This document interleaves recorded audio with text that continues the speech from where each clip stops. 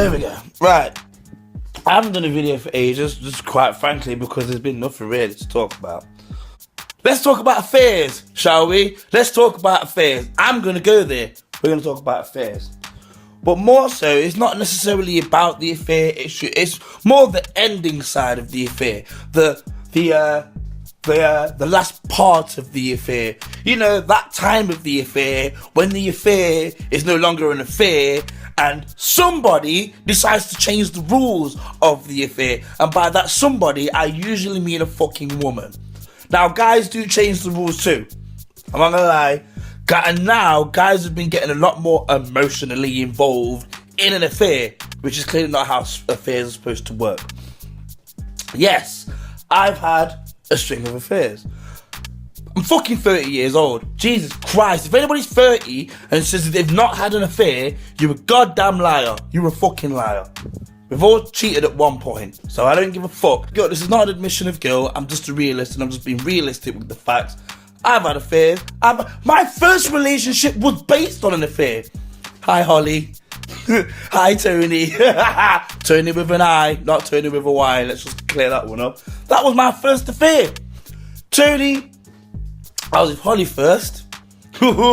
Spilling me guts on this one. I was with Holly first for a while.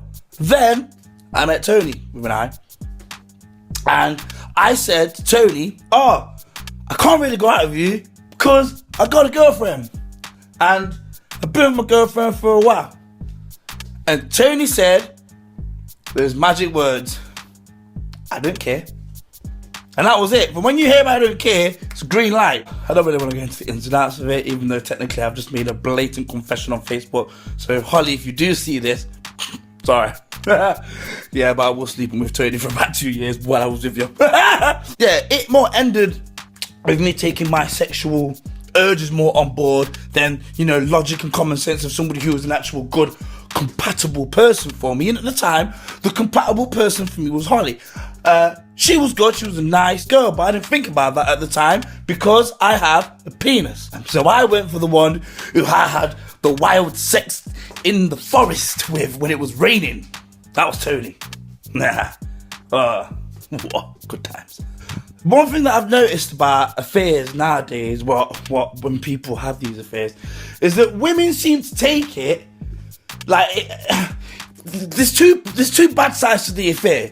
There's the guy that's having the affair on his wife, and then there's the girlfriend who is cool with it. She knows he's got a wife and kids. Men don't help because men do this stupid thing where they say shit like, you know I love you, right? I know you know I love you. I just can't up and leave yet.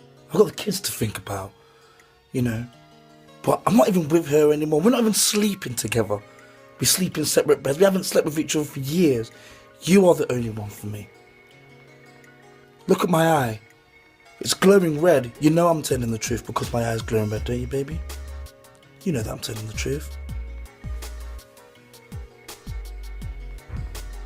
It's my truth eye. It's going to take a little bit of time just to make sure that everything gets done right.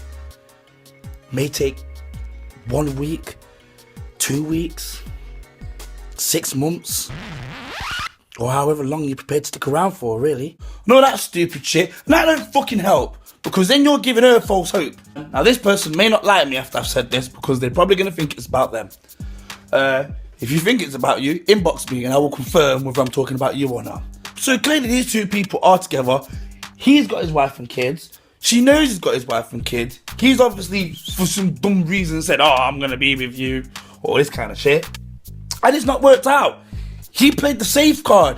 And he went for somebody who had the longevity. He chose his wife and kids. He chose the safe part, the loyal part. Now, where does this leave the girl who was having the affair? Leaves her on her own.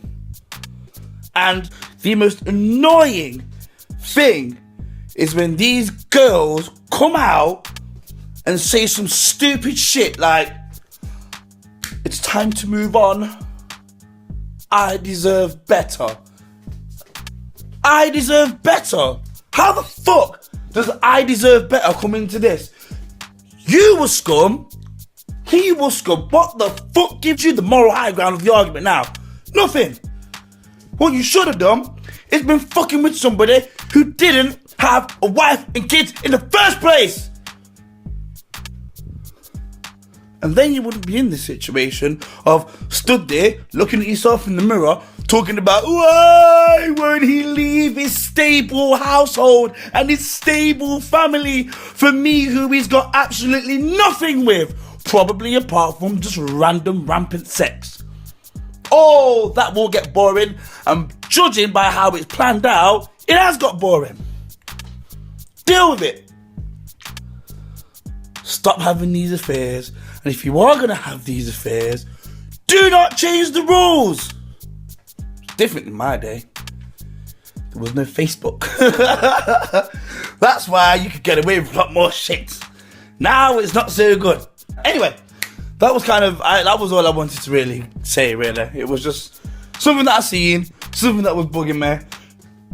Just a general thing. Women, when the affair don't go your way, don't fucking walk around with a fucking self-sense of importance like you was done wrong all this fucking time. You fucked up just as much as he fucked up. You are no better in the argument as well as he's no better in the argument.